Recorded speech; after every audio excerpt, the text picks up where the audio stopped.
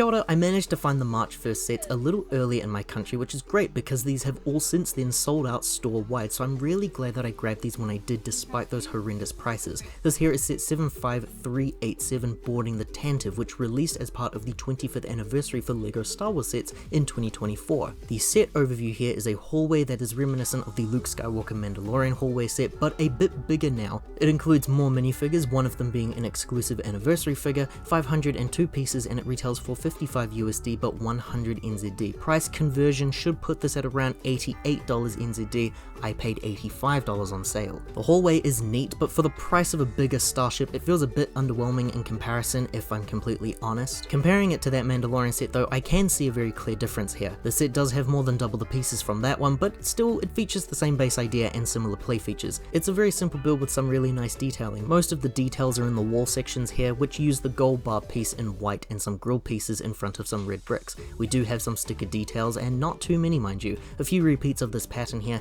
and then a sticker which is placed above the door. That door design is actually printed onto a piece, which is really great to see. The door is attached to a really fun feature of making the sliding door here open up, revealing Vader. One of the better elements here, and the red and orange elements that are used to resemble the door being forced open like in the movie, is a really nice touch. The gear system is connected throughout various different Technic parts, and it goes all across the back of the set, and it reaches the other end here. Now I must be stupid because I can't quite figure out why they built it like this. There are two lever systems at both ends of the set, pulling either does the same thing, so I'm a little lost here. But it looks really cool when it's all in motion, and it's a very fun gimmick to play around with. I appreciate the extra standing room that Vader has to actually be placed in the scene like this. Granted, the standing room is very small, so it could have very easily been overlooked entirely here. That does mean that the back of the set is rather unpleasant to look at, but that's just the cost of having a fun feature like this. The last feature here that I really like are these sections at the front of the hallway, which can recreate your figures getting hit. 4 spots total, all doing the same thing but in 2 different directions.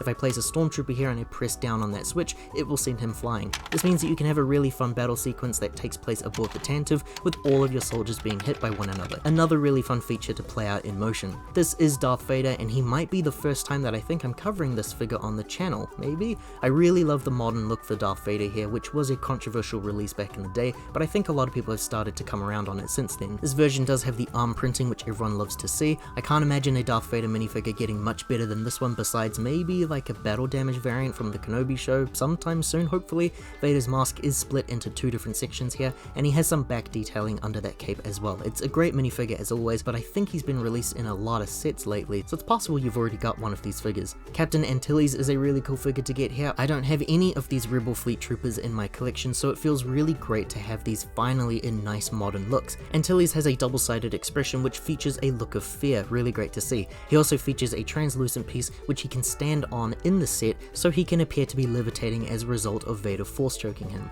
Naturally, the most exciting figures for me are the 2 standard Rebel Fleet Troopers. I finally have some for my collection. They are the exact same figure as one another, nice details and expressions are used here with the same reversible looks. I really wanted to see some dual molded legs here though. I see these as being the definitive versions given the big celebration of the anniversary and the very high prices.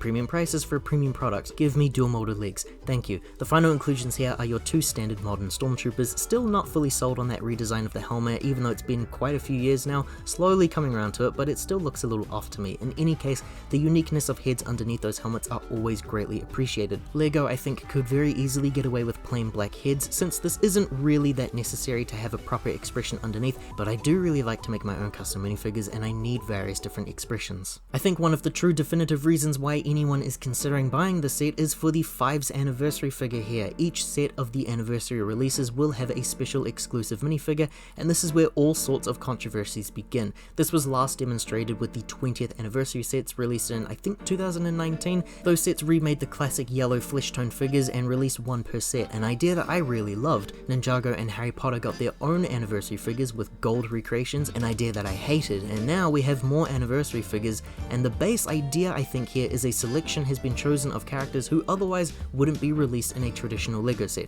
This is just part 1 of the issue that people have here. Having a desired clone trooper in a New Hope set is a baffling decision that I only take issue with because I'm already seeing people trying to flip this guy on secondhand markets, and people are buying him. The other controversy comes in the fact that the LEGO Star Wars community is infamously tough to please when it comes to Star Wars minifigures, so the standard clone trooper complaints are all applicable to this guy here. Me personally, I'm not in with the current complaints complaints about LEGO Star Wars Clone Trooper minifigures, so I really like this figure barring a couple of small issues. I like the arm printing that we have here, and he's yet another Phase 2 Clone Trooper to add to the ever-expanding collection that we've been privileged with over the past few years. He has a brick-built backpack too, and even a cloth piece, which I don't really like because it doesn't really respond the way that I want it to. Underneath the helmet, incredibly, he has a unique face print, which I think is really great to see. There's no extra hairpiece included though, which I think is the next step that LEGO need to start taking when it comes to making clone leaders from here on out. Fives also comes with a display stand like the previous anniversary figures did. This has a printed tile on it that reads 25 years of LEGO Star Wars and a picture of R2-D2. This is our entire current selection of anniversary figures released in sets as of March 2024. I do have the Obi-Wan figure that released as a promo, I just haven't opened him, and he's not here, he's somewhere in the collection. You can see that while they all appear to look the same, the displays are actually built differently this time around, which is great because the old ones are not fun to display, they break apart very easily.